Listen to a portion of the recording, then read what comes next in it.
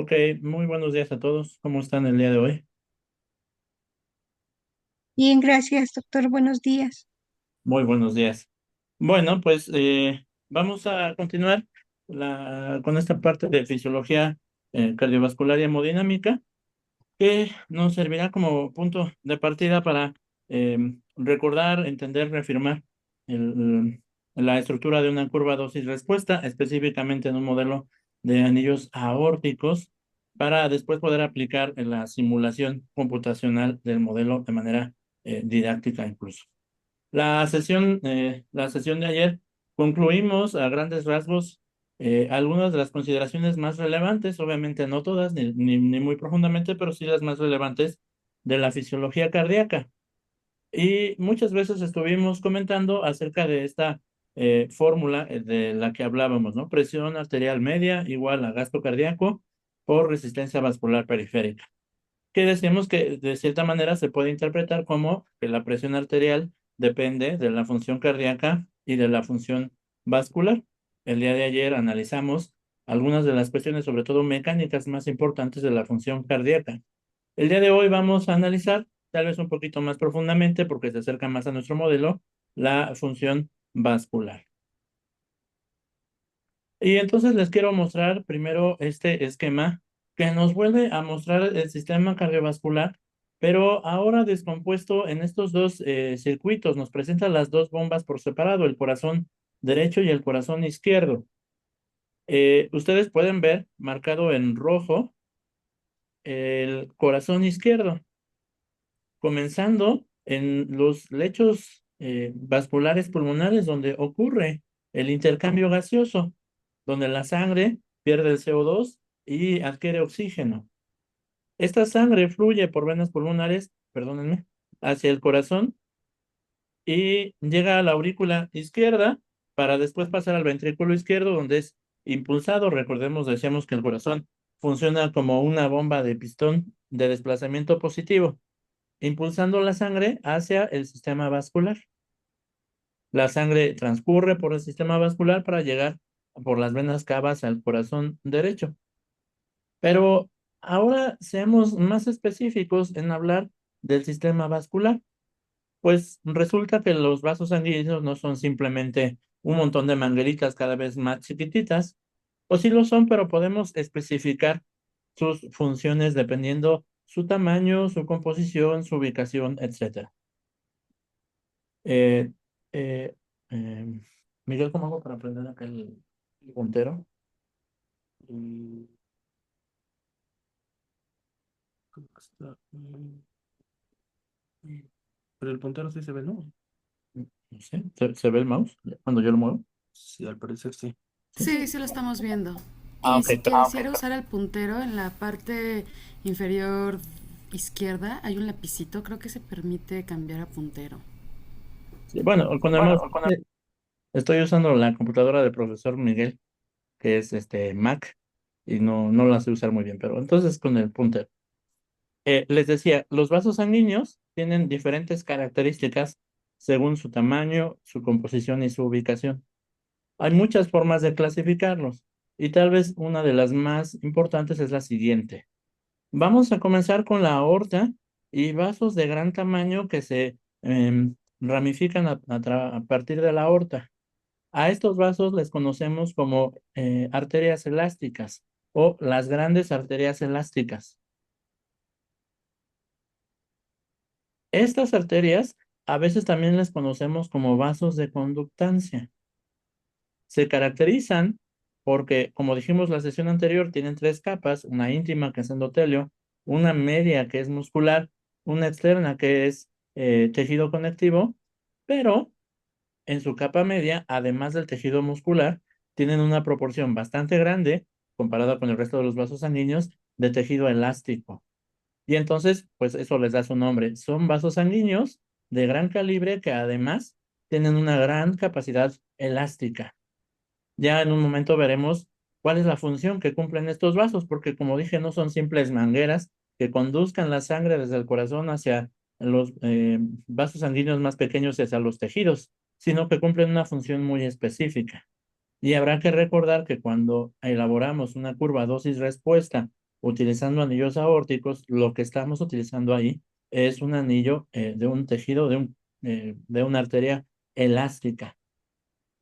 Después de haber pasado por estos grandes vasos, incluido la aorta y los grandes vasos que se ramifican de ella, vamos a ir a arterias de menor calibre, cada vez más pequeñas, cuyo, que a veces llamamos como arterias musculares. Estas arterias más pequeñitas cada vez tienen menor proporción de tejido elástico. A veces les llamamos arterias de distribución. Después llegaremos a vasos ya en el orden de lo microscópico, muy pequeñitos, que en comparación con la aorta tienen proporcionalmente mucho más tejido muscular. Y a estos vasos les llamamos arteriolas o vasos de resistencia. Pues resulta que en realidad, ya lo he mencionado varias veces, la mayor parte de la resistencia vascular al flujo de sangre ocurre en las arteriolas. Por eso en este esquema nos las están presentando como si tuvieran llavecitas de control de flujo, porque en realidad estos vasos son los que controlan el flujo de sangre específicamente hacia los diferentes lechos vasculares. Por ejemplo, en el ejemplo muy conocido del sistema simpático, el sistema de pelear-huir, ¿no? Muchos profesores utilizamos el ejemplo de huir del león. Y decimos, cuando se activa el simpático y necesitamos huir del león, el flujo sanguíneo aumenta hacia los lechos musculares del músculo esquelético, sobre todo de las extremidades, y disminuye en los lechos vasculares como los del tubo digestivo. ¿Cómo es que disminuye el flujo en el tubo digestivo? Pues por la contracción del músculo liso de las arteriolas en estos tejidos. ¿Cómo es que aumenta el flujo sanguíneo en los lechos vasculares que irrigan al músculo estriado de las extremidades? Pues por la dilatación, la relajación del músculo liso de las arteriolas de esos tejidos. Entonces, las arteriolas son las que presentan la mayor resistencia al flujo y a la vez los vasos que controlan el flujo específico a cada tejido. Después de las arteriolas vienen vasos sanguíneos, los más pequeñitos de ellos, de unas cuantas micras, en la mayoría ni siquiera cabe un eritrocito en todo su diámetro, tienen que pasar incluso inclinados para poder pasar por ahí. Son vasos muy pequeñitos que ya no tienen una capa media ni una capa externa, ya solamente son el endotelio. Y a esto les llamamos capilares. En los capilares es donde ocurre el intercambio de agua, gases y nutrientes entre la sangre y los tejidos periféricos. O cuando estamos hablando de los capilares pulmonares, entre la sangre y el aire en los alvéolos. Entonces estos son vasos de intercambio. Y luego viene el sistema venoso. Tenemos primero vénulas, que son también muy pequeñitas, también en el orden de lo microscópico, para ir confluyendo para formar arterias de cada vez mayor calibre. A las arterias más grandes, como podrían ser las venas cavas y algunas otras arterias grandes, les damos a veces el nombre de arterias o vasos de, perdón, no arterias, venas, perdónenme, vasos de capacitancia, que cumplen otra función. Estos vasos pueden aumentar su calibre para aumentar su compliance, para aumentar la cantidad de volumen de sangre que pueden contener y sirven como un reservorio de sangre. De nuevo el ejemplo, pensemos cuando vamos a donar sangre, yo espero que aquí todos donen sangre al menos una vez al año.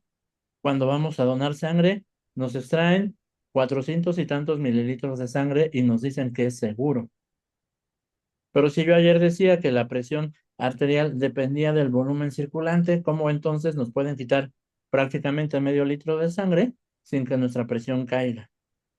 Pues hay muchas maneras de regulación, la siguiente sesión vamos a hablar de ellas, pero tal vez la más inmediata es la contracción de estos grandes vasos, disminuyendo su capacidad volumétrica y aportando toda esa sangre que reservaban hacia la circulación sistémica, supliendo la sangre que perdimos. Por eso podemos donar medio litro de sangre, incluso podríamos donar un litro completo de sangre sin que eso afecte demasiado nuestra presión arterial ni siquiera nuestra frecuencia cardíaca. Y entonces estos son vasos de capacitancia. ¿Ok? Entonces tenemos los grandes vasos elásticos o de distribución, las arteriolas o vasos de resistencia, los capilares o vasos de intercambio y las grandes venas o vasos de conductancia. ¿Vamos bien hasta acá? Sí, doctor, gracias. Muy bien. Ahora, tenemos acá también escrita precisamente esa proporción que forma dentro de los tres tejidos, las tres capas de los vasos sanguíneos que caracteriza a cada uno de estos vasos. Comenzando por las grandes arterias. Vemos en este esquema, pues tenemos más a la izquierda el nombre de los vasos. Después, en la siguiente columna, un dibujo, una caricatura de la estructura de los vasos, el diámetro que llegan a alcanzar estos vasos, después el espesor de su pared y finalmente un gráfico que nos presenta la proporción de los diferentes componentes del vaso sanguíneo. Por ejemplo, para una arteria, como podría ser la aorta, una arteria de gran calibre, nos dice que podría medir entre 0.1 milímetros de diámetro y hasta más de 1 centímetro. Los profesores de anatomía suelen decir que la aorta suele tener como calibre el diámetro del dedo pulgar del individuo. O sea, una persona, se ve raro, pero podría introducir su dedo en su propia aorta, su dedo pulgar. Nos habla del espesor de una arteria como la aorta, que puede llegar a ser de 1 milímetro en un humano adulto, y de sus tejidos. Dice, primero, como todos los vasos sanguíneos, ustedes observan, tiene una capa de endotelio. Como todos los vasos sanguíneos, tiene una capa de endotelio. Tiene un montón de tejido elástico, dijimos que incluso a veces les llamamos vasos elásticos. Tiene una proporción grande también de Si no músculo. lo oyes, te activo.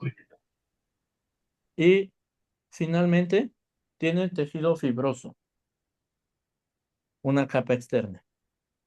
Luego vemos las arteriolas. Obviamente las arterias de menor calibre van transicionando de manera secuencial entre una arteria y una arteriola. Entonces, una arteriola tiene un calibre ya mucho menor, va de los 10 a los 100 micras. Un espesor mucho menor, unas 6 micras, y vemos que una arteriola prácticamente ya solamente tiene endotelio y tejido muscular.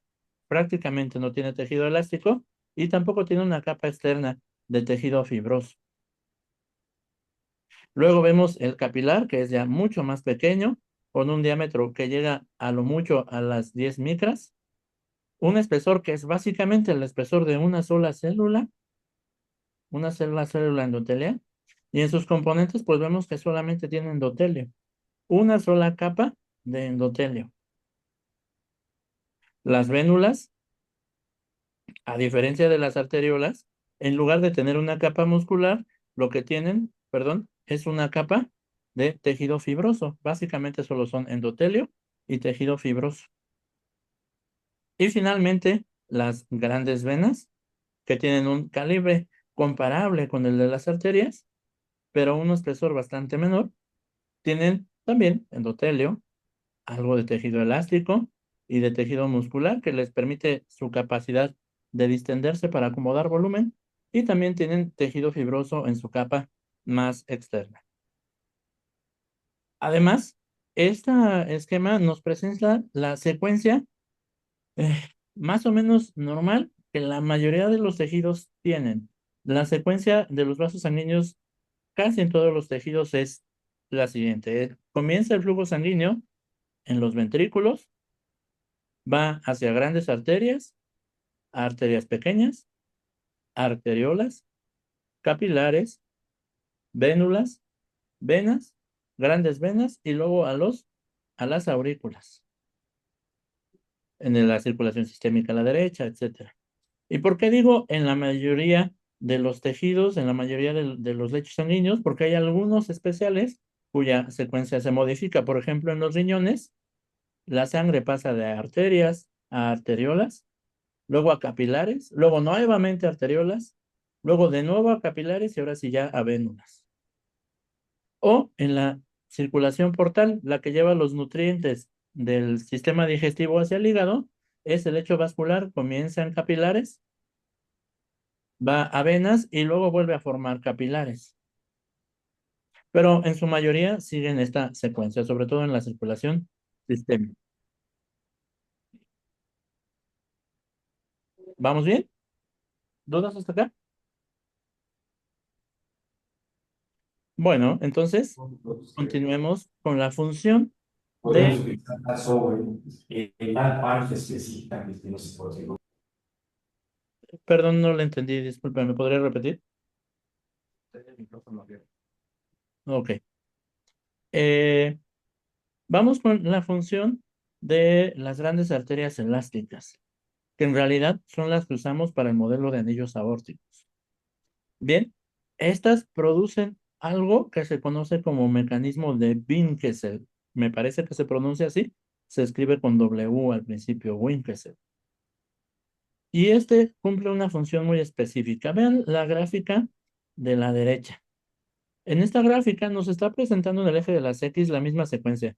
Ventrículo, arteria, arteriola, capilar, vénula, aurícula derecha. Y nos presenta la presión de la sangre en los diferentes lechos capilares, en los diferentes lechos vasculares. Comenzando por el ventrículo, donde vemos que la presión oscila entre los 120 y básicamente los 0 milímetros de mercurio. Porque cuando el corazón se contrae, llega a esa presión, a la que le llamamos presión sistólica, pero cuando se relaja la presión dentro del ventrículo, cae prácticamente a cero. Y sin embargo, nosotros sabemos muy bien que nuestra presión arterial no es 120/0, sino 120/80. Es un valor que, bueno, hasta mi abuelita conoce, ¿verdad? Y entonces, ¿de dónde salen esos 80 milímetros de mercurio si la presión en los ventrículos cae a cero? Pues este es la acción de los grandes vasos elásticos. Ustedes pueden ver acá en las arterias que la presión ya oscila entre 120 y 80 y que después sigue oscilando, cada vez menos la oscilación es más pequeña, hasta que la presión es continua en los capilares y en las venas, ya no oscila. ¿Cómo logramos eso? Primero, que la presión no llegue a cero y que después esta señal pulsátil de presión, este comportamiento pulsátil, se amortigüe para lograr un flujo continuo a través de los capilares donde se va a realizar el intercambio de agua, oxígeno, nutrientes, etcétera, con los tejidos. Eso se debe al mecanismo de Winchester, que corresponde con la capacidad de estas arterias de dilatarse. Como dije, tienen un montón de elastina, de tejido elástico. Si recordamos nuestras clases de física de la prepa, nos dijeron que elasticidad es la propiedad que tienen algunos materiales de deformarse y después regresar a su forma original. Así que cuando decimos que estos vasos son elásticos, quiere decir que se pueden deformar y después regresar a su forma original. Y lo hacen así como en los esquemas que tenemos más a la izquierda. Durante la sístole, cuando el ventrículo se contrae y expulsa sangre a través de la válvula arterial que tiene hacia las grandes arterias, estas se distienden,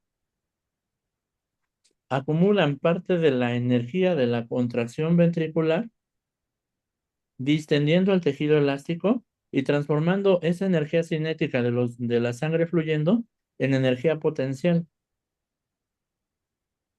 Y cuando el corazón comienza a relajarse durante la diástole y la válvula aórtica se cierra, entonces ahora los vasos regresarán a su forma original, transformando la energía potencial que habían acumulado en energía cinética que hará fluir la sangre hacia adelante.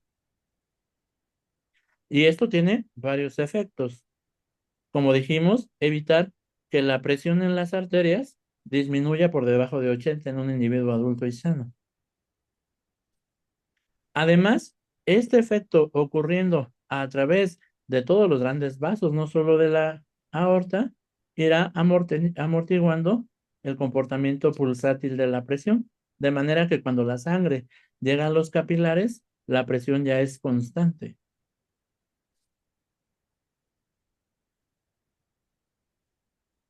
y además mantendrá siempre un flujo hacia adelante. La sangre siempre se va a mover hacia adelante y no quedará estancada, estancamiento sanguíneo le llamamos, no quedará estancada en los vasos sanguíneos, sino que siempre se moverá hacia adelante, siempre habrá flujo positivo.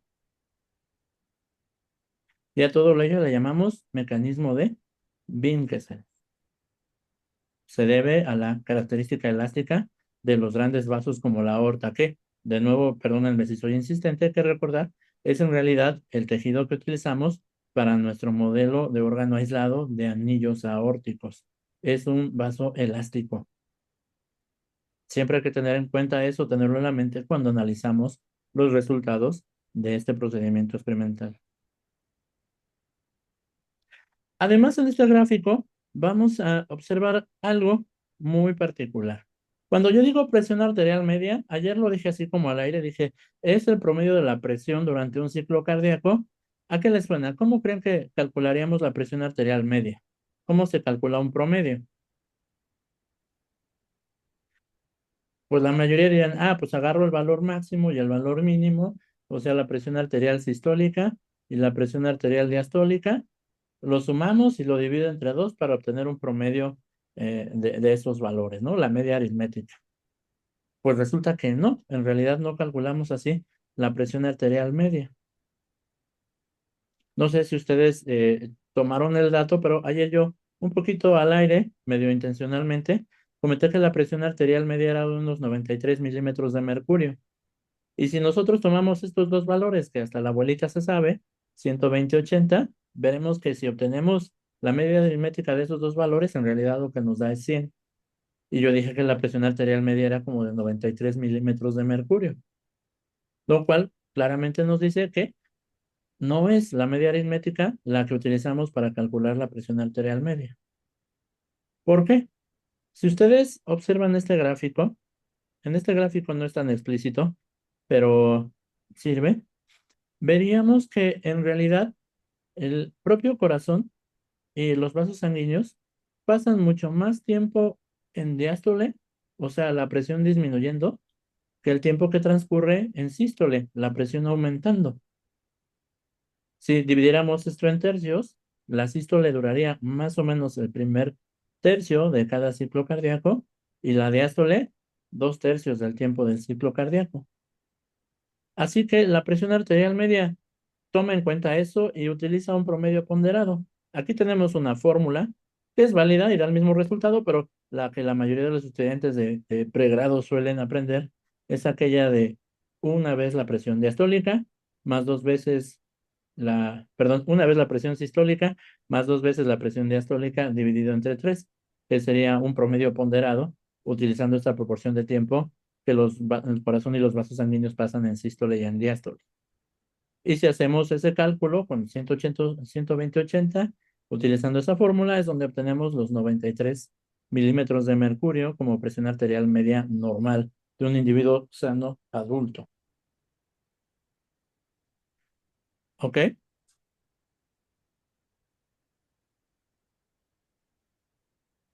Y entonces, esto se resume todo lo que mencionamos desde el día de ayer y esto en esta pequeña imagen que, como ustedes ven, tiene aquí abajo de nuevo la fórmula en la que ayer estuve muy insistente, ¿no? Presión arterial media es proporcional al gasto cardíaco y a la resistencia. Vemos como acá nos están dibujando el corazón incluso como si fuese un pistón, como si fuese un pistón. Dijimos, es una bomba de pistón de desplazamiento positivo y recíproco. Nos dibujan después los grandes vasos elásticos que nos dan el mecanismo de Vincennes y ahora nos ponen las arteriolas presentándonos la resistencia al flujo sanguíneo. Que conste, esto no quiere decir que la aorta no oponga alguna resistencia al flujo sanguíneo, pero proporcionalmente lo hacen mucho más los pequeños vasos como las arteriolas. Muy bien. Alguien pregunta en el chat. Déjeme ver. Ahí estas computadoras no puedo.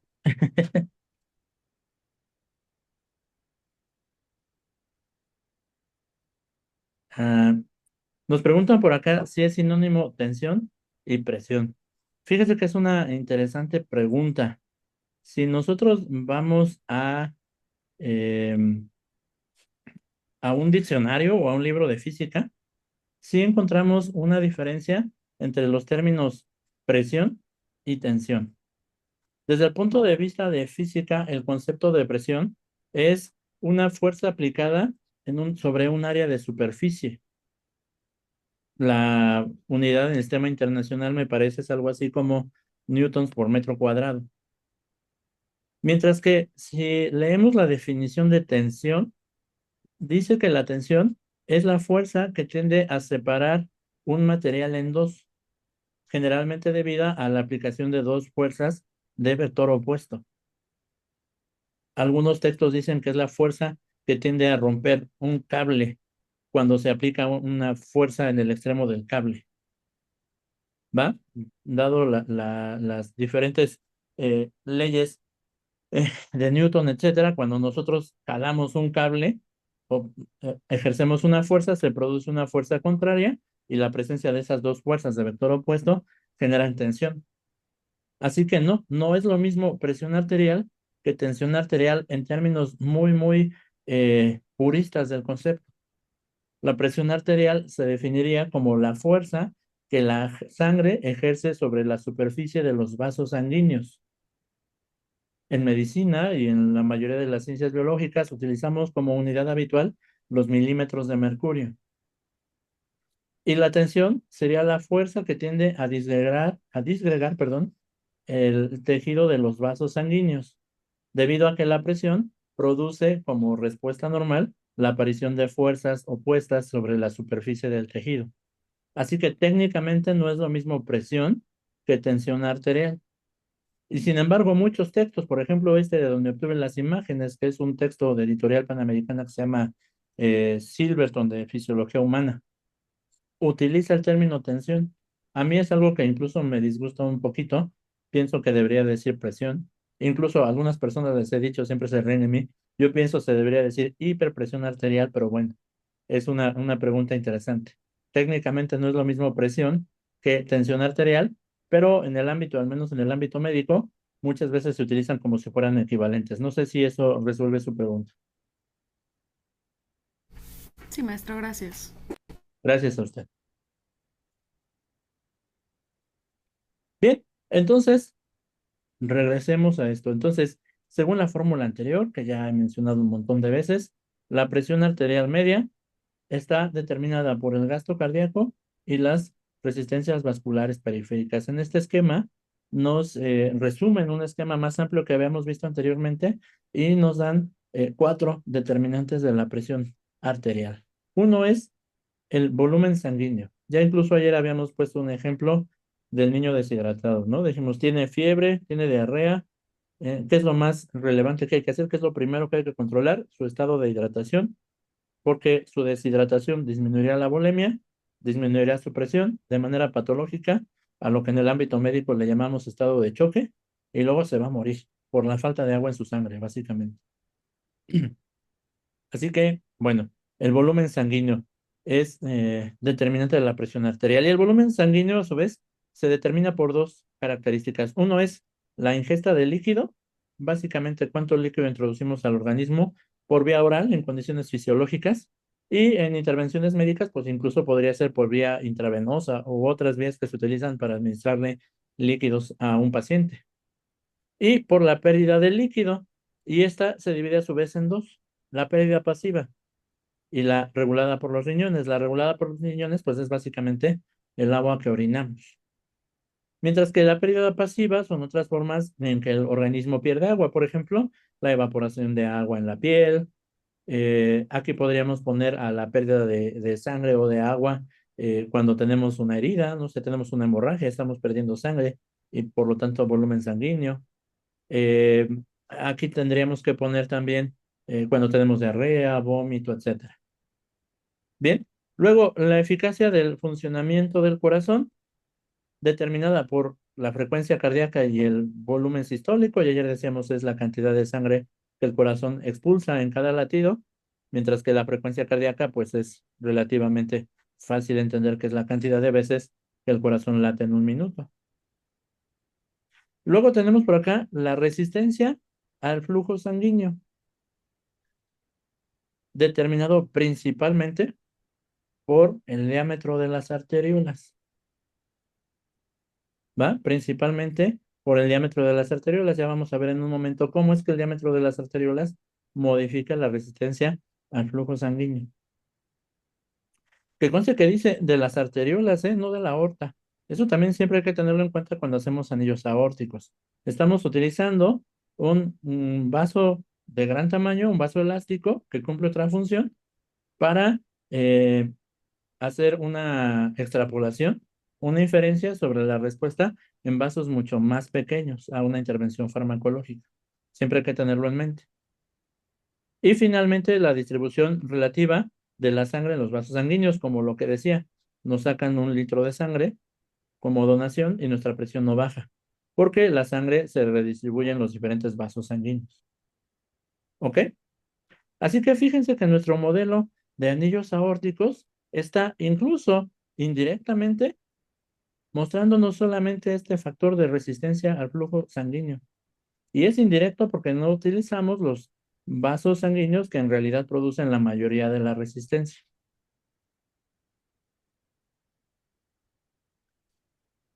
Ahora, una pregunta, espero podamos tomar aunque sea unos segundos para que cada quien lo piense. Ya he dicho yo 1000 veces, presión arterial media igual a gasto cardíaco por resistencias vasculares periféricas. Quiere decir, podríamos interpretarlo también. Entre más presión tenemos, significa o que tenemos más gasto cardíaco, o que tenemos más resistencia vascular periférica, o que estos cambian de manera proporcional, de manera que la presión arterial media aumenta. Y entonces, ¿por qué es tan malo tener la presión arterial elevada? ¿No debería significar, si nuestra presión arterial se eleva, que aumenta el flujo sanguíneo en los tejidos? Y si es así, ¿por qué sería tan malo tener la presión alta? Fíjense que las guías actuales, las que salieron hace unas cuantas semanas, dicen que deberíamos tratar la hipertensión de nuestros pacientes en algunos casos cuando su presión arterial sistólica llega a 130, o sea, apenas 10 milímetros de mercurio por arriba de lo normal, menos del 10% por arriba de lo normal, ya deberíamos estar haciendo intervenciones médicas. ¿Por qué es tan importante mantener la presión arterial dentro de un rango normal? Si este análisis, un tanto simplista, nos diría que aumentar la presión aumentaría el flujo. ¿Qué opinan? ¿Alguien me quiere dar una opinión al respecto? Puede abrir su micrófono e intervenir si gusta.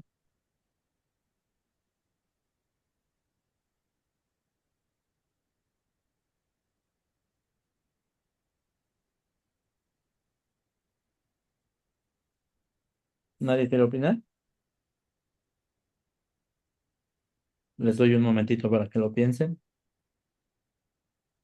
Es que lo dijiste al principio, ¿no? Los capilares, ahí no hay, digamos, elasticidad. Entonces no aumenta realmente el flujo hacia los pequeños vasos, ¿no? Ok, tiene toda la razón. Cuando nosotros aumentamos la presión, y es lo que nos demuestra estos dos gráficos que estamos viendo aquí, cuando aumenta la presión arterial, generalmente sin aumentar el gasto cardíaco, porque para aumentar el gasto cardíaco tendríamos que aumentar la función cardíaca y no suele ocurrir así. Cuando aumenta la presión arterial significa que lo que ha aumentado es la resistencia vascular periférica. ¿Y por qué aumentaría la resistencia vascular periférica? Porque ha aumentado el tono, o de otra manera podríamos decir, se ha contraído el músculo liso, sobre todo de las arteriolas, que ya también varias veces he dicho que son las que en realidad determinan mayoritariamente la resistencia vascular al flujo sanguíneo. Entonces, si el tono de una arteriola, como en la imagen de abajo, tenemos aquí el lecho sanguíneo B, si el tono de estas arteriolas aumenta, lo que en realidad ocurre es que, dado que el flujo total se mantiene porque el corazón no puede aumentar tanto su función, el flujo sanguíneo en ese lecho capilar va a disminuir. Y para compensarse, el flujo sanguíneo en otros lechos capilares va a aumentar. Y entonces, este tejido que esté irrigado por esto, el lecho sanguíneo B, aquí demostrado como B, va a disminuir y este tejido va a entrar en carencia de sangre y por lo tanto de oxígeno, de nutrientes, de agua, etcétera, lo que le llamamos isquemia. Por ejemplo, si este lecho sanguíneo B es el que irriga los riñones, el tejido renal va a entrar en isquemia, en carencia de sangre, está menos perfundido que el resto de los lechos vasculares. ¿Cómo va a responder el riñón? Si el riñón no tiene suficiente oxígeno para mantener su tasa metabólica, ¿qué hará? Disminuir su función, comenzar a sustituir su tejido funcional por tejido que requiera menos oxígeno, como podría ser tejido fibroso, colágeno. Y entonces el riñón se va a empezar a hacer más pequeño y va a empezar a volverse fibroso. Y aparece la insuficiencia renal crónica. Y esto puede pasar con el corazón, con el hígado, con el cerebro, etcétera. Sería la respuesta a ese estado de hipoperfusión que causa la hipertensión arterial. Por eso es tan importante mantener la presión arterial normal. Si nosotros lo analizamos, en realidad no es la preocupación mantener la presión arterial normal, sino mantener la perfusión de los tejidos normal. Es la verdadera preocupación. Pero la presión necesita aumentar la sistólica como a 180 para que tengamos riesgo así de que los vasos sanguíneos empiecen a romperse, a salirse la sangre, un aneurisma o cosas así, un EBC. Pero ya con 130 milímetros de mercurio en la sistólica es suficiente como para que empiece a haber hipoperfusión de ciertos tejidos y aumente el riesgo de desarrollar insuficiencia renal, eventos vasculares cerebrales, insuficiencia hepática, insuficiencia cardíaca, etcétera. ¿Ok? Por eso la preocupación de mantener la presión arterial normal. Ahora sí, el meollo del asunto y lo que cada vez se aproxima más a lo que hacemos en el modelo de anillos aórticos. Esto que vemos aquí representa un cilindro. Esta ley que vamos a hablar aquí se describe desde la hidráulica, en los mismos términos, pero podría representar también un vaso sanguíneo, un segmento de vaso sanguíneo, como podría ser la aorta. Habrá quien me dirá, ah, no, pero es que esta fórmula aplica para un contenedor rígido con un flujo laminar de un fluido newtoniano y el vaso sanguíneo ni es rígido, ni el flujo es del todo laminar, ni el fluido es newtoniano. Ok, pero aún así seguimos aplicando más o menos directamente esta fórmula a el flujo sanguíneo a través de un vaso sanguíneo, valga la redundancia. Ya habíamos visto esta formulita de aquí arriba, que es el equivalente hidráulico a la ley de Ohm. Habíamos dicho, el flujo depende de la diferencia de presión, en este caso entre los dos extremos del vaso sanguíneo, y es inversamente proporcional a la resistencia de este vaso sanguíneo al flujo. Eso ya ayer lo mencionamos varias veces. Pero ahora aquí abajo nos pone una fórmula que se conoce como ley de Poiseuille, o Iseleu, me parece que se escribe. Y nos dice qué o cómo se determina la resistencia al flujo sanguíneo en un vaso sanguíneo. Y fíjense, dice, la resistencia es directamente proporcional a estos tres factores de aquí arriba. 8, eso obviamente es una constante, 8 unidades. Luego nos pone esta letra griega, que parece una N, pero en realidad es una eta, que se refiere a la viscosidad de la sangre. ¿Ustedes piensan que la sangre puede cambiar agudamente su viscosidad en condiciones fisiológicas? Pues la respuesta es no. La sangre no cambia su viscosidad de manera aguda en condiciones fisiológicas. La sangre no se vuelve más fluida o menos fluida de repente. No hay que confundir la cascada de la coagulación. La formación de un coágulo no es un aumento de la viscosidad. Muchas veces las personas así lo ven, pero no lo es. En realidad se forma el coágulo, que es relativamente sólido, y el resto de la sangre continúa con la misma viscosidad. Entonces, de manera aguda, la viscosidad de la sangre no cambia. Sí puede cambiar por condiciones crónicas, generalmente patológicas, como el cambio en la altura. Nosotros, los que vivimos en la Ciudad de México, seguramente tenemos una sangre más viscosa que quien vive a nivel del mar. Y quienes viven cerca ya, las poblaciones cercanas al Himalaya, seguramente tienen una sangre más viscosa que nosotros. Pero no es un cambio que ocurra agudamente, no ocurre rápido. Igual podría ocurrir de manera aguda en condiciones patológicas. Por ejemplo, si una persona por cierto tratamiento recibe una infusión de agua en la sangre muy rápido, ¿no? Van y le ponen 2 litros de solución salina, por la razón que sea, tal vez tuvo una hemorragia o algo así. Pues esa cantidad de agua extra diluyendo la sangre sí podría cambiar la viscosidad, pero eso ya no está en el terreno de lo fisiológico. En condiciones fisiológicas, la sangre no cambia agudamente su viscosidad. La L representa la longitud de ese vaso sanguíneo. Y de nuevo, la longitud del vaso sanguíneo no cambia de manera aguda. Los vasos sanguíneos pueden cambiar su longitud de manera crónica, por ejemplo, con el crecimiento, pues van aumentando su longitud, o cuando aparece un tumor, el tumor va generando angiogénesis, nuevos vasos sanguíneos, que es básicamente el crecimiento en longitud de los vasos sanguíneos que ya están y la generación de nuevos, digamos, ramas de los que ya existen, pero de manera aguda y fisiológica, los vasos sanguíneos no aumentan su longitud. Bueno, sí de una manera, pero no voy a entrar en detalles porque puede ser un poquito eh, impropio hablar del único caso donde la longitud de los vasos sanguíneos cambia de manera fisiológica y aguda, y la verdad es que cambia muy poco, digan lo que digan algunos. Y luego nos presenta los factores que son inversamente proporcionales a la resistencia de los vasos sanguíneos. Y acá tenemos a pi, que aunque en fisiología a veces pi se utiliza para otras cosas, acá es esa constante 3.141590 y tantos, y r elevado a la cuarta potencia. El radio de los vasos sanguíneos elevado a la cuarta potencia. Espero que observen que de todos estos factores, el único que fisiológicamente y agudamente es variable es el radio de los vasos sanguíneos. Quiere decir que en realidad el determinante de la resistencia al flujo sanguíneo de los vasos es su radio, dado que los demás factores no cambian de manera aguda. Y que además este valor está elevado a la cuarta potencia, lo que significa que un cambio pequeño en el radio de los vasos sanguíneos produce un cambio que puede llegar a ser gigantesco en la resistencia al flujo. Si nosotros disminuyéramos el 50% del radio de un vaso, tal vez estoy exagerando en lo que un vaso podría llegar a ser, pero si nosotros disminuyéramos en un 50% el radio de un vaso, la resistencia de ese vaso sanguíneo aumentaría algo así como 16 veces.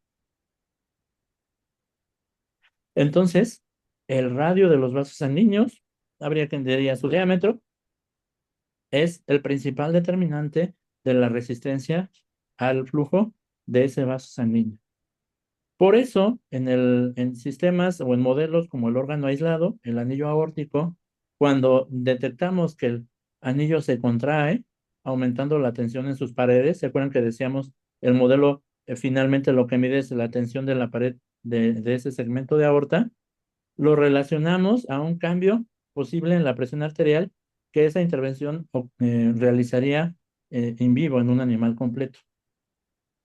Porque si los vasos sanguíneos se contraen, necesariamente aumenta la resistencia y eso podría significar un aumento en la presión arterial.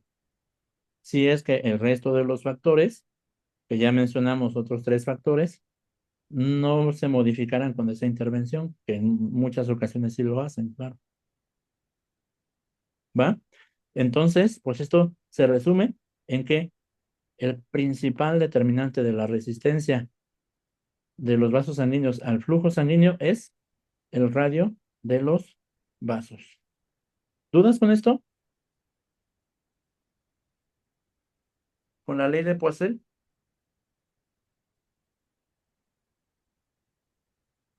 ¿No? Bueno, continuemos.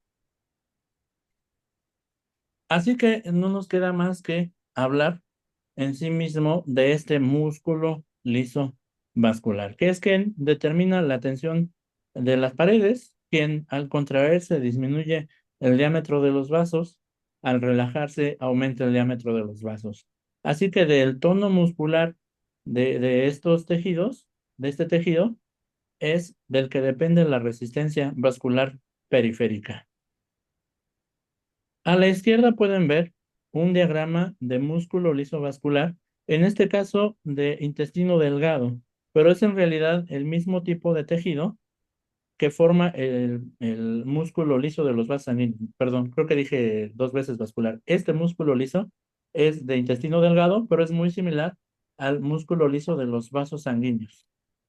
Observamos las células que forman este tejido. Tienen una forma diferente a las que vimos en el corazón. En el corazón, ¿se acuerdan que decíamos lo de las células apantalonadas, que se bifurcan y las bifurcaciones se relacionan mediante discos intercalares a otras células cardíacas?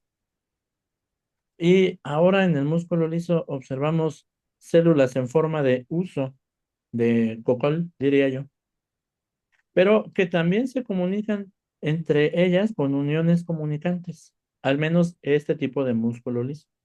Habrá otros tipos de músculo liso en tejidos muy específicos, en órganos muy específicos, pero este tipo de tejido, conocido como músculo liso unitario, también tiene comunicación de las células contráctiles entre sí. Y vemos que, al menos en el caso del intestino delgado, tiene una inervación nerviosa. También el músculo liso de los vasos sanguíneos tiene inervación específicamente del sistema nervioso simpático. En la mayoría de los casos, el músculo de los vasos sanguíneos se inerva solo por el simpático y no por el parasimpático. Habrá algunos casos específicos donde sí tenga inervación parasimpática, pero es un tejido, pues básicamente el tejido eréctil es quien tiene inervación parasimpática. ¿Va? Tal vez la grande diferencia entre este músculo liso del intestino con el músculo liso de los vasos sanguíneos sea la presencia de una capa de tejido endotelial, de células endoteliales, que este ejemplo que vemos no tiene, pero los vasos sanguíneos sí tienen, y que es un determinante muy importante del tono de estos vasos sanguíneos. ¿Ok? Ahora, vemos también diferencias entre estas células y las de músculo cardíaco o tal vez las de músculo estriado, las del músculo voluntario. Y es la distribución de sus proteínas contráctiles. Las proteínas contráctiles también son básicamente actina y miosina, como los vemos aquí, pero estas proteínas contráctiles carecen de esas otras proteínas regulatorias como eran las troponinas y la tropomiosina. Estas células no tienen esas proteínas regulatorias, la regulación de su función es diferente. Y además, estas no se organizan de manera paralela y a la vez en serie, formando las estrías que observamos en el tejido cardíaco o en el tejido muscular voluntario. Y entonces, estas células se distribuyen de manera diferente y no tienen la misma forma. Incluso al verlas en microscopio, no observamos las estrías, pero sí tienen proteínas contráctiles que se distribuyen de manera no paralela entre estas otras proteínas que se conocen como cuerpos densos, que hacen que cuando estas células se contraigan, no solamente se acortan en longitud, sino que además disminuyen su grosor y además digamos, se retuercen en sí mismas, se contraen como haciendo una espiral. Me hace recordar algunas botellas de agua que para ocupar menos espacio las retorcemos y se hacen más chiquitas, no solo a lo largo, sino a lo ancho y además quedan torcidas formando una espiral. Algo así hacen estas células de músculo liso. Y antes de entrar al cómo es que el músculo liso se contrae, les propongo que tomemos algún descanso, 10 minutos, y continuamos a eso de las 12:10. ¿Les parece bien? Sí, doctor, muchas gracias. Gracias a ustedes. Entonces continuamos a las 12:10.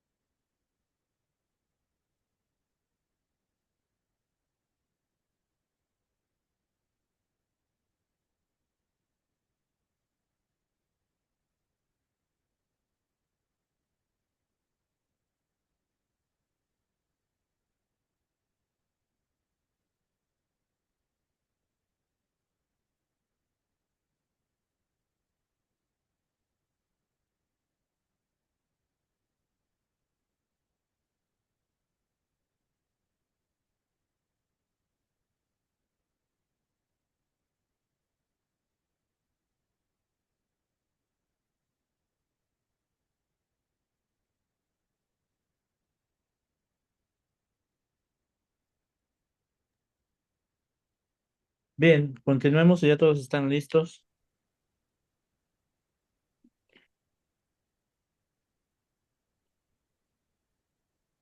Pues nadie dice que no está listo, así que ya continuemos. Ya pusieron manita arriba. Ok. Bien. En este esquema, déjenme lo hago un poquito más grande. Ahí ya puedo. En este esquema, ok, caray. Ah, no se hace grande. Con los dos dedos. Ahí Tienes está. que dar clic. Así ya se visualiza. Ok, gracias. En este esquema, vamos a observar el mecanismo de contracción del músculo liso vascular, aunque en realidad es muy similar en la mayoría de los tejidos que tienen músculo liso. Eh, de nuevo observamos el líquido extracelular. Si lo comparamos con corazón, acá no tenemos estas proyecciones de la membrana que conformaban el túbulo T, pero sí tenemos relacionado a la membrana celular retículo sarcoplásmico, que dijimos que en realidad es el retículo endoplásmico liso de las células, pero por pertenecer a una célula muscular toman este nombre, retículo sarcoplásmico, y este también funciona como almacenamiento masivo de calcio, tiene una concentración mucho mayor de calcio.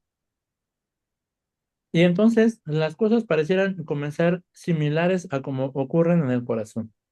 Por algún estímulo que puede ser nervioso, puede ser un estímulo hormonal e incluso un estímulo mecánico, ya después veremos cuáles son los estímulos, se abren canales de calcio presentes en la membrana de las células, que incluso pueden ser canales de calcio tipo L, muy similares a los del corazón.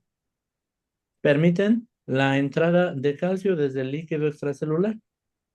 Como en el corazón, esta pequeña cantidad de calcio que entra desde el líquido extracelular no es suficiente para inducir una contracción significativa del músculo liso y producen de nuevo un fenómeno similar a la liberación de calcio inducida por calcio.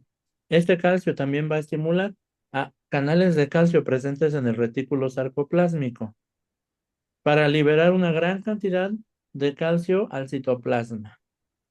Pero la diferencia fundamental no radica aquí, sino en la forma en que este calcio va a inducir la contracción de las fibras musculares.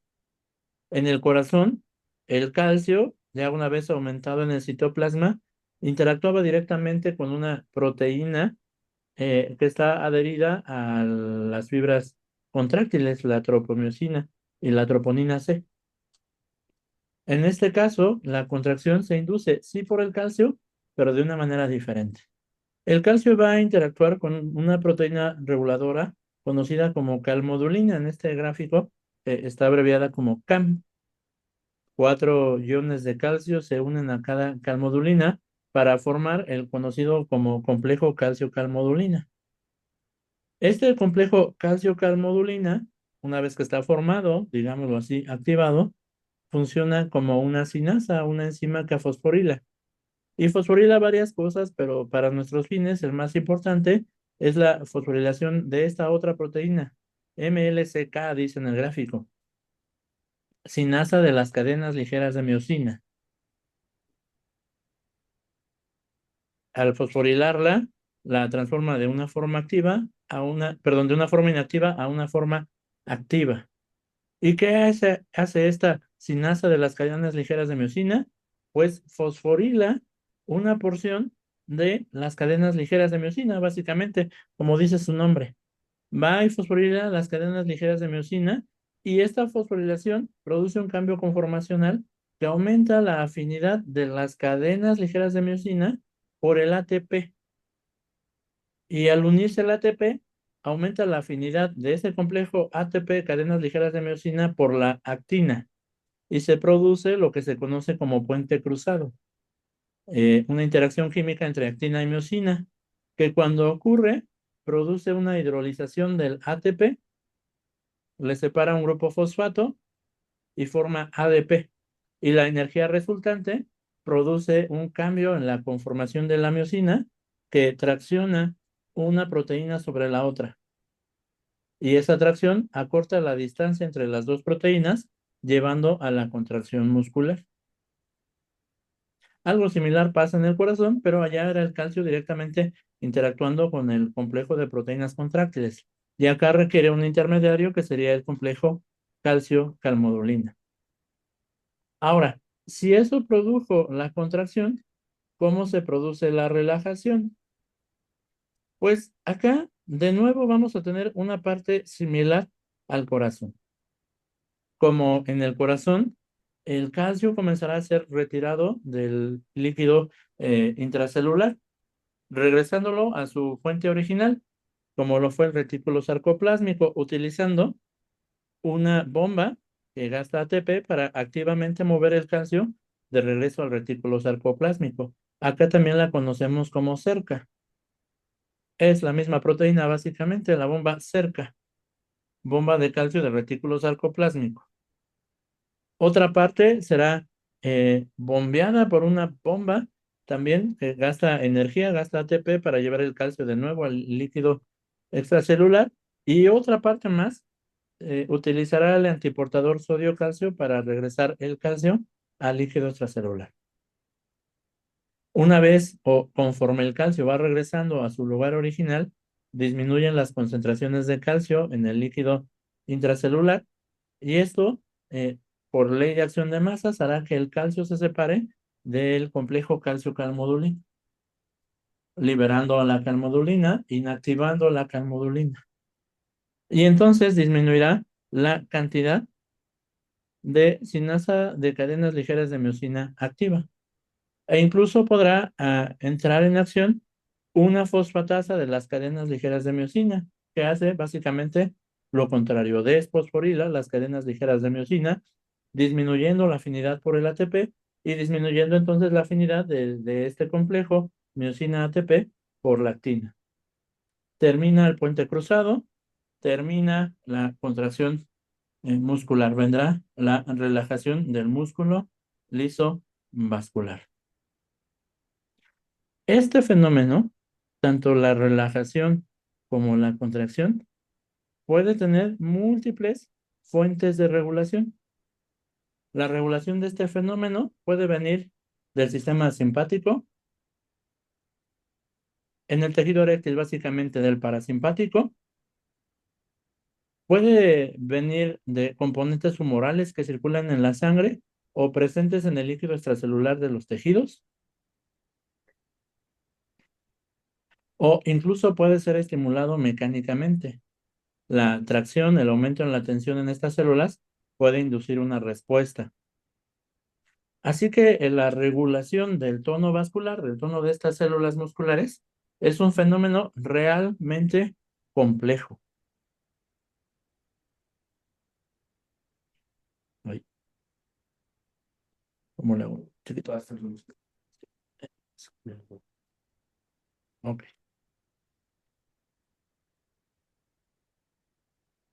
Como decía, esta regulación del tono vascular puede ser local, simpática, humoral. Dentro de la local podríamos tener sustancias que se encuentran presentes en el líquido extracelular del propio tejido y la regulación mecánica. La simpática básicamente por el sistema nervioso autónomo, y dijimos en ciertos lechos vasculares muy específicos también tendríamos regulación parasimpática y finalmente regulación humoral por sustancias que se encuentran disueltas en la sangre. Este esquema es realmente complejo, un tantito incluso hasta avasallador, pero me pareció importante colocarlo porque son algunos y solamente algunos de los mecanismos que utiliza nuestros vasos sanguíneos para regular su tono. No vamos a describir todas estas vías, sería un proceso, tomaría demasiado tiempo y esfuerzo y sería engorroso, pero sí quiero que observen que tenemos tanto mecanismos que dependen de acción nerviosa y mecanismos que dependen del endotelio. Aquí vemos arriba representa terminales nerviosas. Perdón, en medio tenemos a las células de músculo liso como tal y hasta abajo se representan las células que forman el endotelio vascular.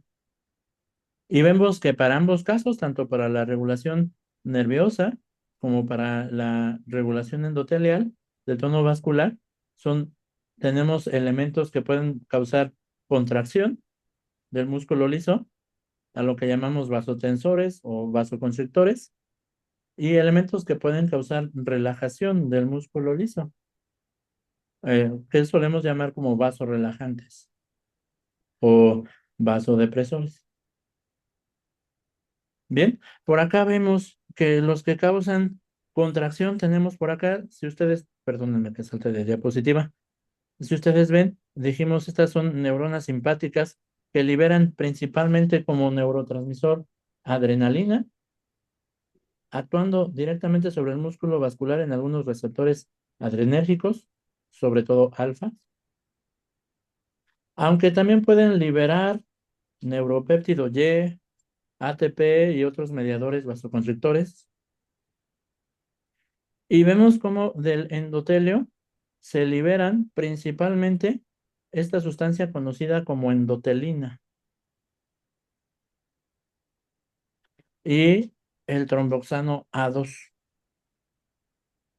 Como agentes vasorelajantes principales, derivados del parasimpático, solamente en algunos lechos vasculares podríamos tener óxido nítrico y acetilcolina. Dijimos esto básicamente solo en el tejido eréctil. Mientras que derivados del endotelio, tenemos algunas cosas como, por ejemplo, las prostaglandinas que producen vasodilatación, que, por ejemplo, median el aumento de flujo sanguíneo a los tejidos inflamados. Y por estímulo mecánico, tenemos a este gran componente de la función del endotelio llamado óxido nítrico, que puede ser liberado de diferentes maneras. Puede ser liberado incluso por activación de receptores en las propias células endoteliales, pero sobre todo es liberado por la presencia o por el estímulo mecánico del propio endotelio. La fricción de la sangre sobre las células endoteliales, a lo que le conocemos como shear stress, produce la liberación de óxido nítrico desde estas células hacia el músculo liso, produciendo relajación del músculo liso. Y a esto le llamamos función endotelial. Entonces, pues básicamente vemos que el músculo liso en su tono, en su contracción es regulada por el sistema simpático, causando vasoconstricción, y por el endotelio, que tiene como principal agente vasodilatador al óxido nítrico y como principal agente vasoconstrictor a la endotelina. Estoy simplificando mucho el esquema porque este fenómeno de regulación es sumamente complejo.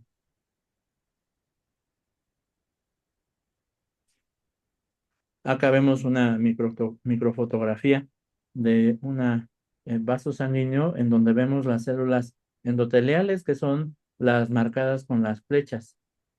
Si ustedes ven, los vasos sanguíneos tienen una capa íntima endotelial que está formada por una monocapa de células endoteliales que recubren todo el interior de todos los vasos sanguíneos, desde los más grandes, desde la arteria aorta, hasta los más pequeños, los capilares. Y todo el sistema venoso también está recubierto en su interior por células endoteliales.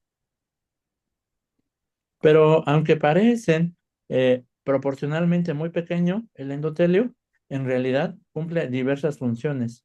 Y en la actualidad algunos consideran que el endotelio es, le llaman así, el órgano más grande del organismo. Acá está un esquema un poquito más simplificado de la función endotelial. Tenemos acá abajo una célula muscular y arriba una célula endotelial. Y vamos a ver cómo el endotelio puede modular el tono de los vasos sanguíneos. El endotelio tiene esta enzima conocida como ENOS, sintasa de óxido nítrico endotelial, una de 3 enzimas que pueden producir óxido nítrico.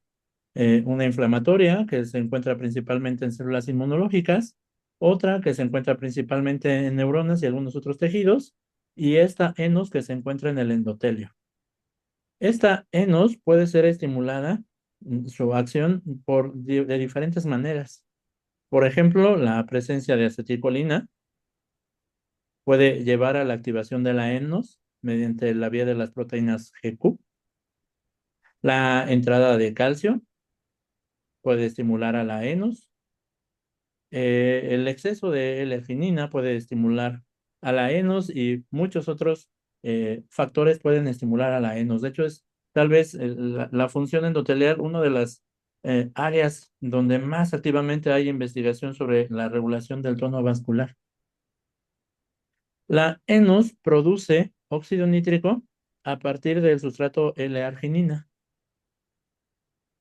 El óxido nítrico es una molécula muy pequeñita, le consideramos un gas, que difunde a través de las membranas, tanto del endotelio como de la célula muscular lisa.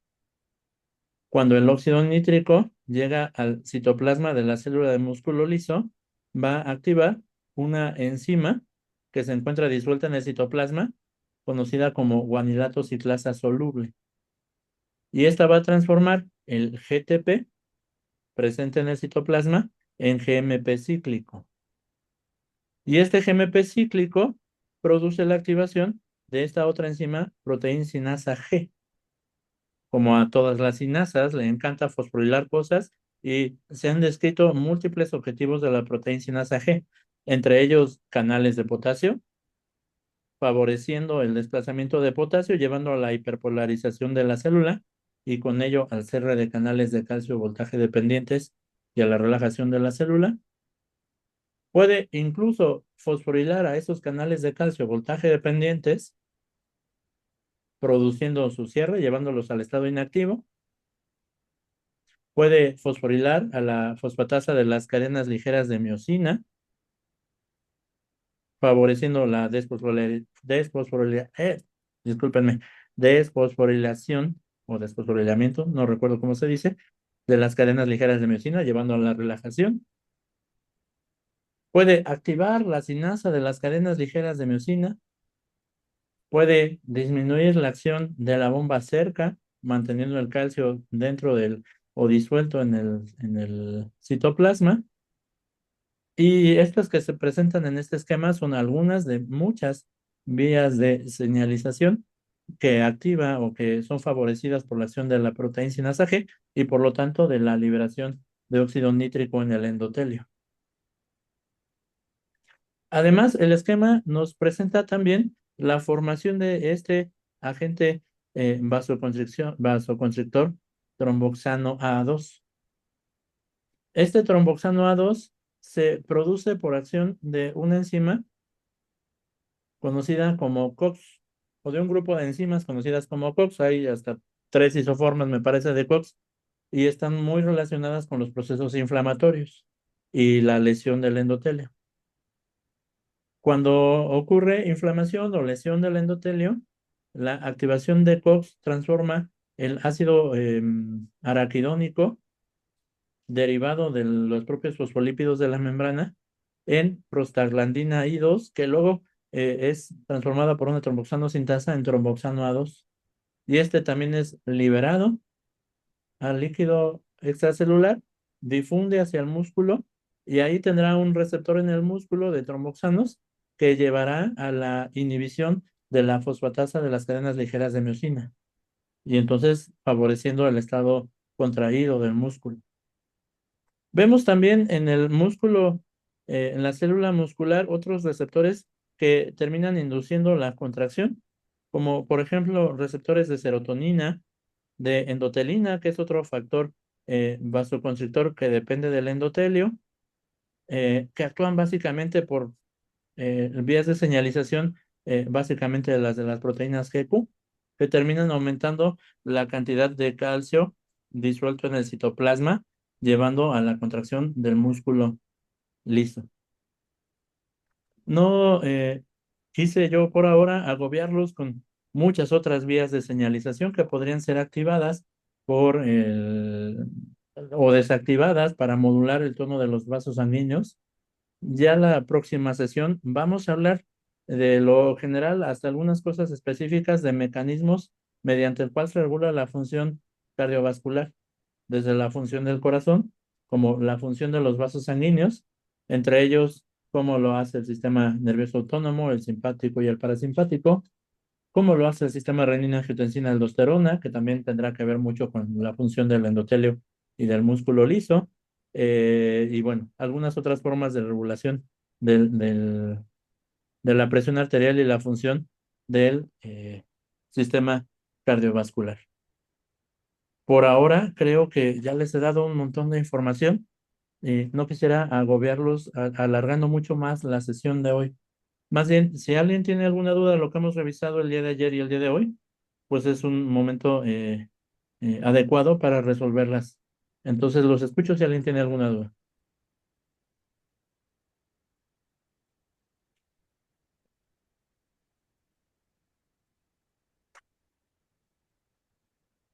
¿No hay dudas?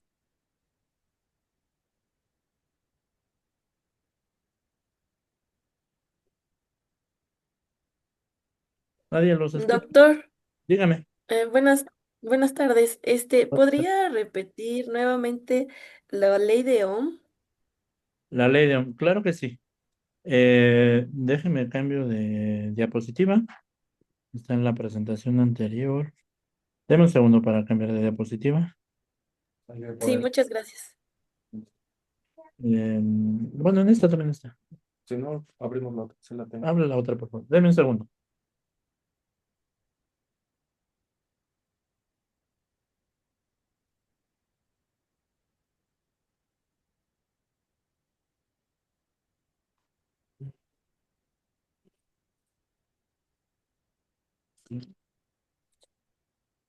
Entonces, Ahí abajo.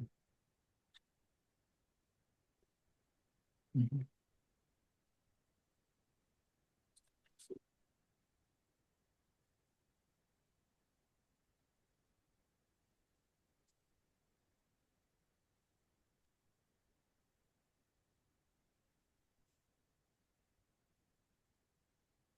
lo tienes que cambiar con este. River. Sí, no.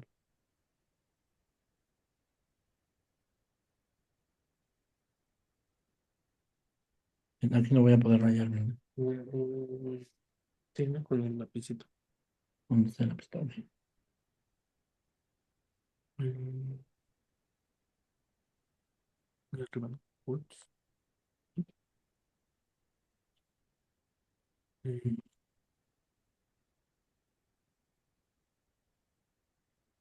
No, tienes que abrir otra.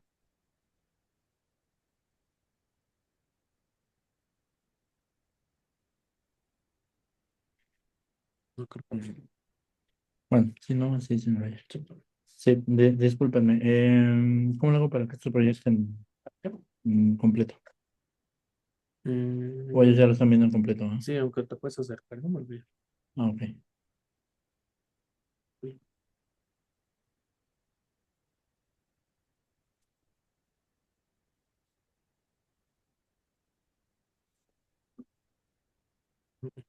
Bueno, sí, no, sí.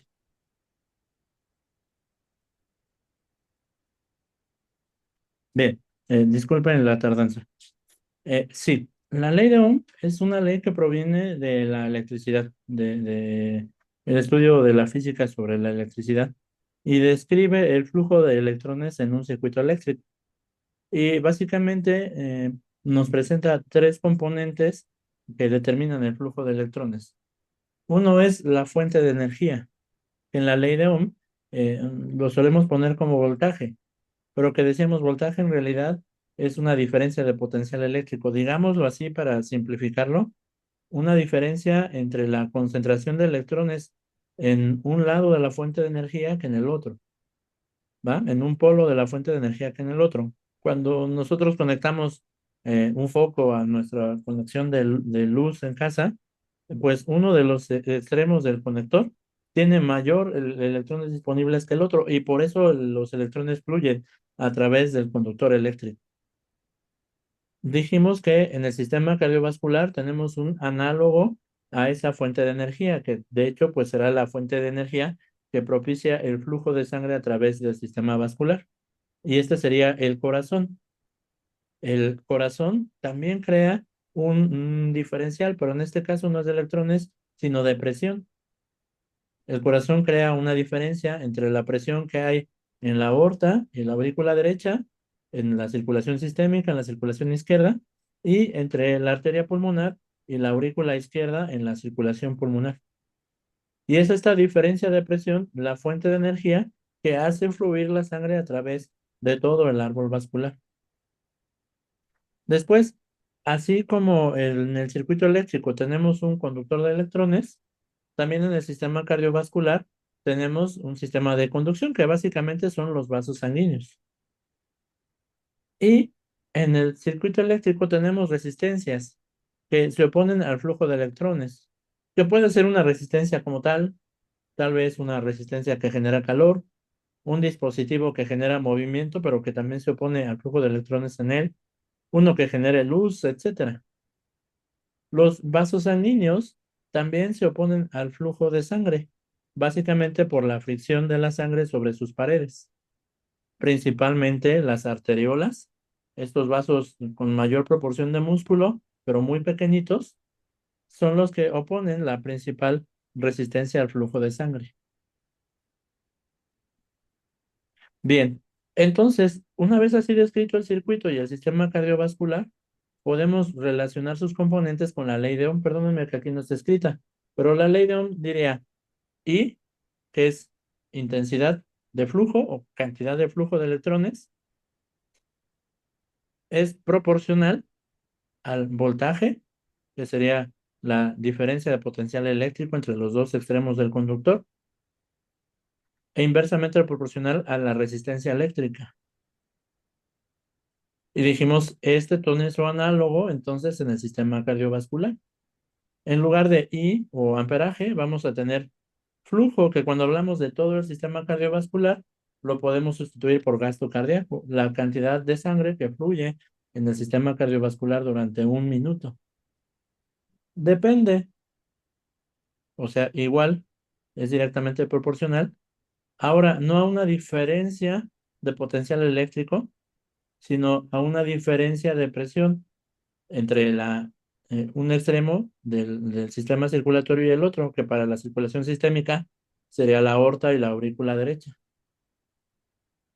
Dijimos que la aorta tiene una presión arterial media de unos 93 milímetros de mercurio y la aurícula derecha de unos 3 milímetros de mercurio, aunque para facilitar el análisis podemos considerar como poco significativo esos 3 milímetros 4 de mercurio y simplemente ponerle cero.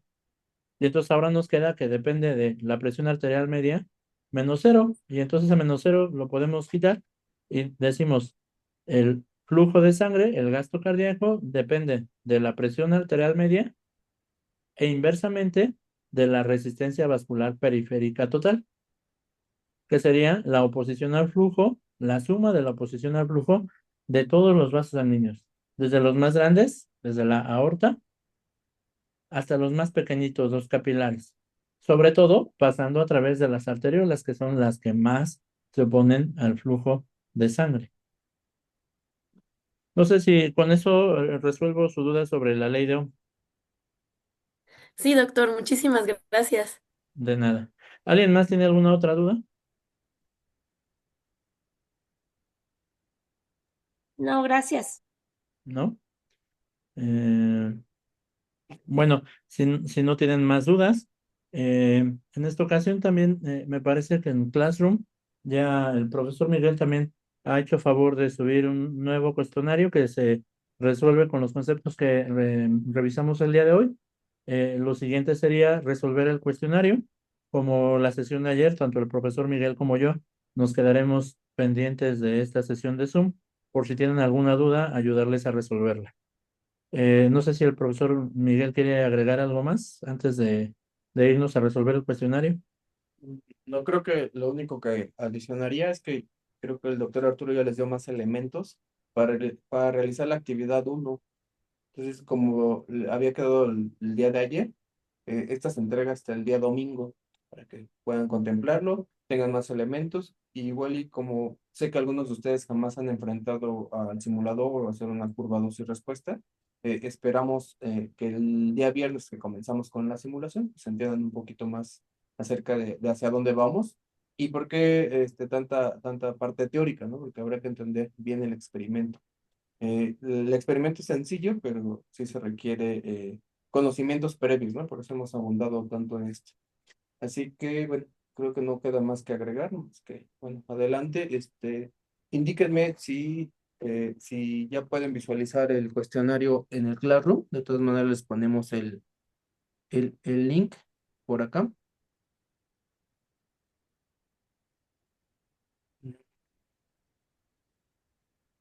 Sé que lo tenía abierto.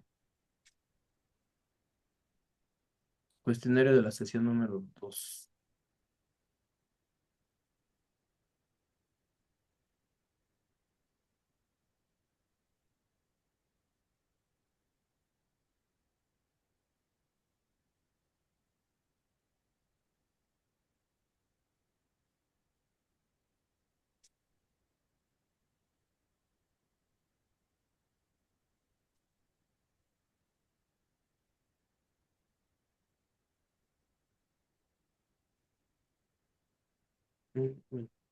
Lo acabo de activar.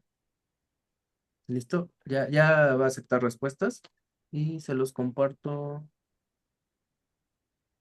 Ay, se los comparto por el chat para que puedan tener acceso más rápido.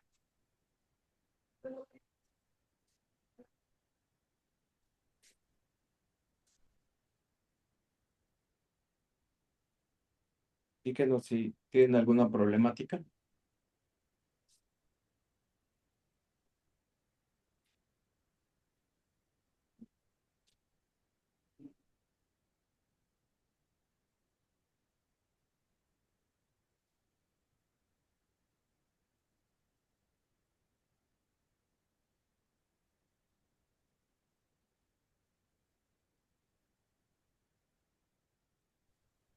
Y al parecer ya parece bien. Gracias, profesor. Y bueno, para que Sí, sea... ya se puede ver. Ok, gracias. Para que, si gustan irse apoyando con las diapositivas. Les... Ya también les colocamos la presentación del día de hoy en el chat. Voy a dejar de grabar para que se haga más extenso.